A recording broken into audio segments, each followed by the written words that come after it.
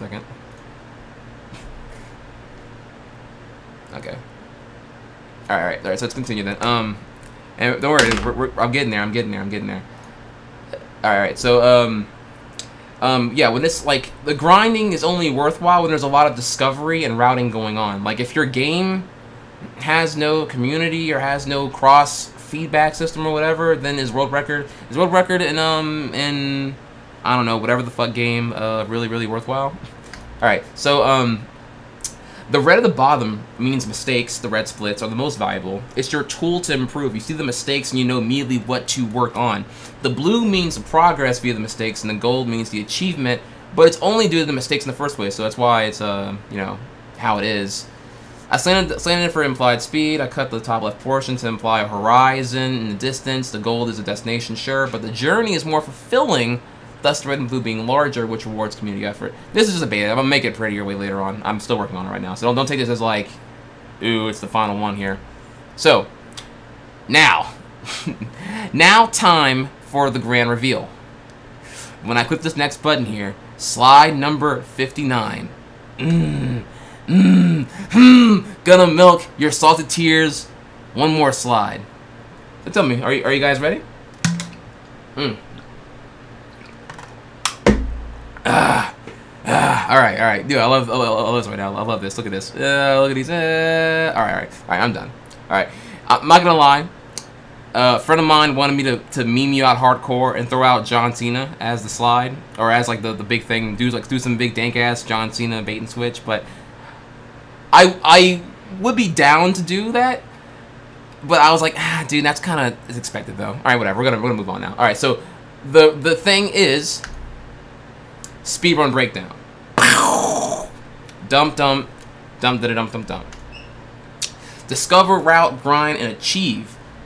So, Speedrun Breakdown is a brand of speedrun tutorial videos, a series aimed at boosting runner count, lessen intimidation, improve documentation and speedrunning progress, and explore helping build the community, actually acknowledging acknowledge that grassroots isn't progressive in mindset, right?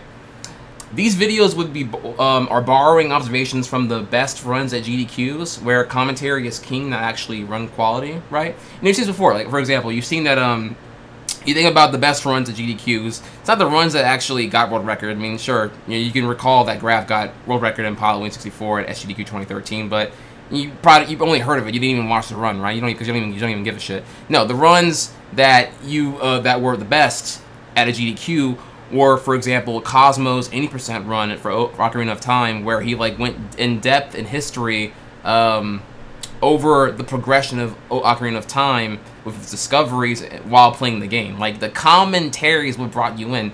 The GDQs grow and work because, unlike 99% of the speedrunning community streams, it's all dumbed down for masses to consume and understand, and it lures new runners by the appeal. So, just tutorial videos? I mean, nigga, that shit been done already, though, right? Right? Alright, son, I already know where you're getting at right there. Try stream big. Okay, alright, I see you. Don't worry, that's why I'm already in there. I already know I'm gonna get shit on for that. I'm prepared for that. So, just tutorial videos? Nigga, that shit been done already. I understand your frustration there. Fair point. Allow me to elaborate on the history of speedrun tutorials. So this is where it's going to get a little bit juicy now, okay? So, you have Generation 1 with the Singlimic 64 tutorial videos, where it's just game feed only, and maybe like during tutorial commentary. I can't recall, he deleted them now, unfortunately, so I can't leave them to show them to you. But he had some like 120-star tutorial videos where it was like, you know, here's how to do 100 coin, TikTok clock, 100 coin, Jolly Roger Bay or whatever. He had a couple of videos up there, like way back in 2012 when he was working on them. But he unfortunately they didn't really pick on or whatever. They didn't catch on or whatnot. So move on here. Generation 2, you can add a controller cam and maybe a display input to make following what you're doing a little bit easier, right? No, you still with me right now? So we're gonna keep going here. Generation 3, you can add this is where it gets a little creative here, okay? So you can take tutorial videos, you can add a real-time HUD. As you're doing the run, people can see how many stars, flowers, and eggs you collected. This could change based off of what game you're doing. A big example here would be like if someone did like a tutorial video for Odin Sphere. You know, the inventory system there is really, really important, and I feel like you definitely would want to have an always present representation of what's going on in your HUD. RPGs, you'd want to definitely know what you're carrying on you at all time. That way, because there's a lot of memorization. You people forget that you're grinding and you're repeating a shit ton or whatever. But like, for anyone newer, I find the biggest hurdle is going to be just the sheer ton of memorization going in here, right? So you keep going further though. So I'm just getting started here. So now you can add separate gameplay and speedrun tech via icons, audio cue, visual cues, things specific to each game, perfect fluttering, intro skip, camera manipulation, bonus skip, anti-lag strats, right? You can add these icons, and it gives people, rather than making it all these things abstract and, you know, putting more work on them to follow, you can categorize it all together with tech icons, right? Right? So, go even further here now, though, and the icons could appear as the action happens, ultimately. And then you can go even further here and separate the route strat options as icons. Area skipped, when it's relevant to know what's being skipped. I can't tell you how often here people hop into a new game and they don't even know why they're skipping what they're skipping. I'm looking at there's a certain Yoshi runner, I won't say his name, but there's a guy who didn't even know like why we skip what we skip in level 1, 2 for a long time. But I won't say any names though. So you know, area skipped. Don't do this. I feel it's important if you're failing and you don't know why you're failing the trip I'm describing. I feel it's important to briefly cover why. What to not do, which is a very big thing for what makes the 5-4 skip work, is by knowing what to not do throughout the entire 5-4 skip to make the bats line up and do all that stuff for you here. When relevant, backup strats. There's a shit ton of these. This is really, really important in Yoshi's Island particularly. So you'd see a shit ton of backup strats explained after a route would be shown. You're noticing here the color codes, by the way. You see that yellow is the speedrun tech, and then red is like either things you skip or things you don't do. There's like a word for that, I'm forgetting it. Backup strats are cool in blue, and then alternative strat, clawing. I couldn't think of a cool one right away, so I thought, you know, clawing's pretty cool. That's an alternative thing, right?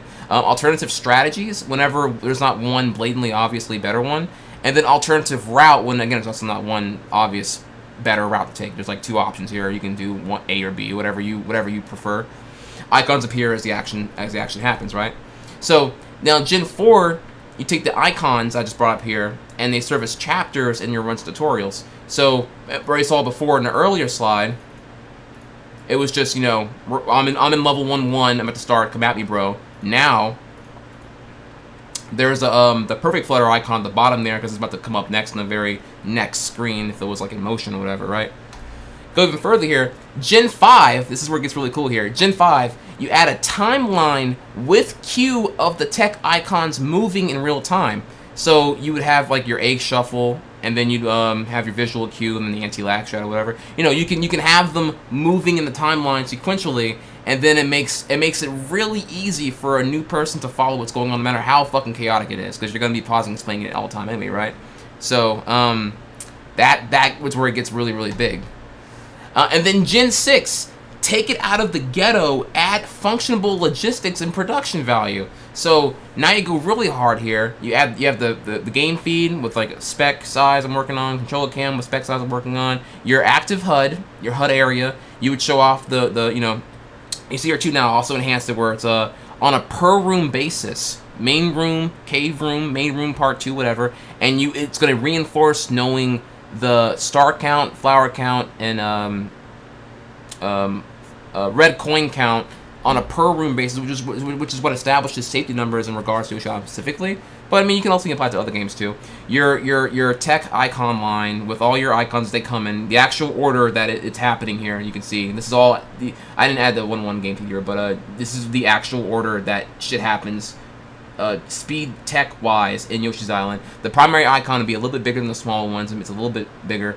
Continue going forward here though, and then whenever you would pause to explain things, when you pause to explain things, you make the explained icon bigger, remove the other ones away, and then while you're having your brief monologue explaining what it is, you accompany that with text as well. You make it, you give it options to however people want to learn, right? You try to take it, and rather than make it like how every other speedrun's done, you make it as friendly and multiple options for consuming all the knowledge being thrown at you.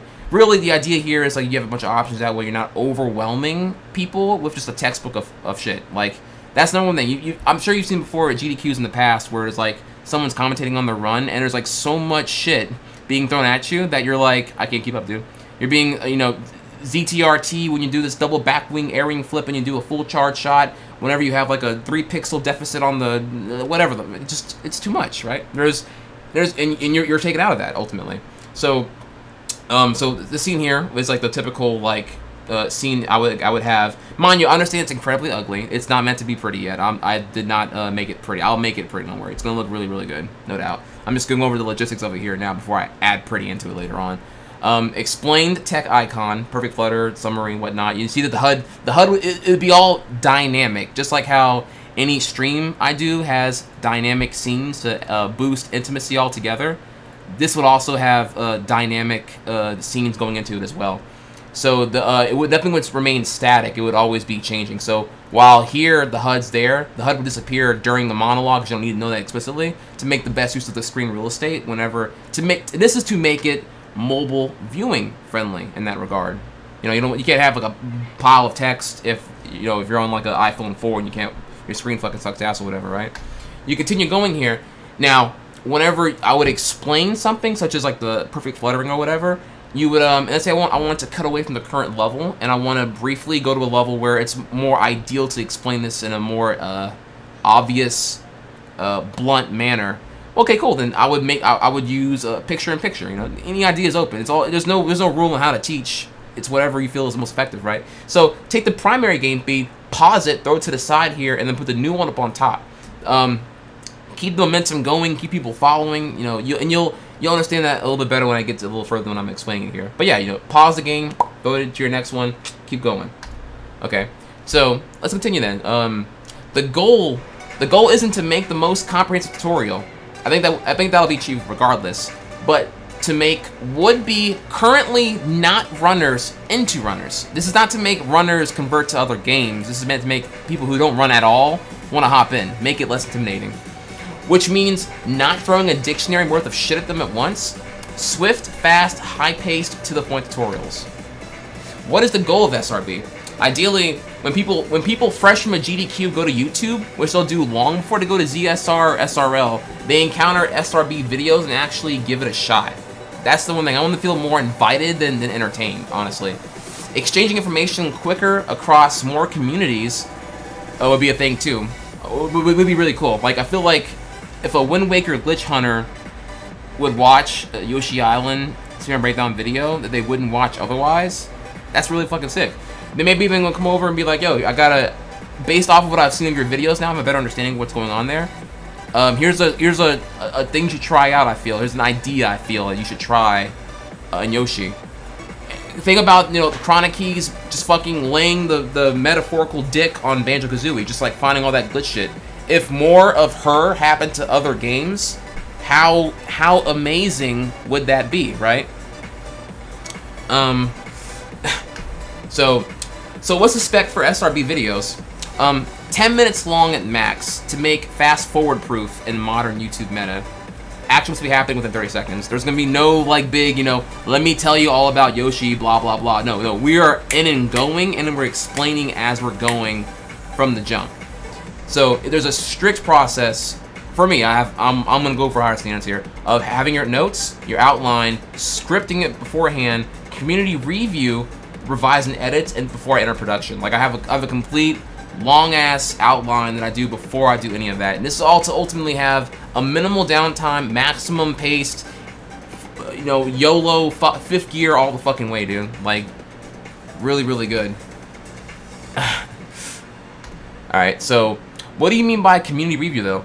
Well, unlike everything else I feel encompasses speedrunning, the GDQ staff, SRL backroom, here's a project, and again, I'm not saying this is even a bad thing. This isn't merely an observation here. Here's a project, a big one, handled by actual runners of all types of backgrounds. Here's like a by runners to get runners for runners kind of thing, right? So yeah, the community, they review my scripts and ideas and concepts and strengthen the presentation. It's a super duper tight collaborative process. It's not just a me, whatever. So the brain trust, if you will, it's my fucking squad, real talk. Unfortunately, IE didn't come to SGDQ, which I'm sad about. But yeah, no. Dan, Almalicious,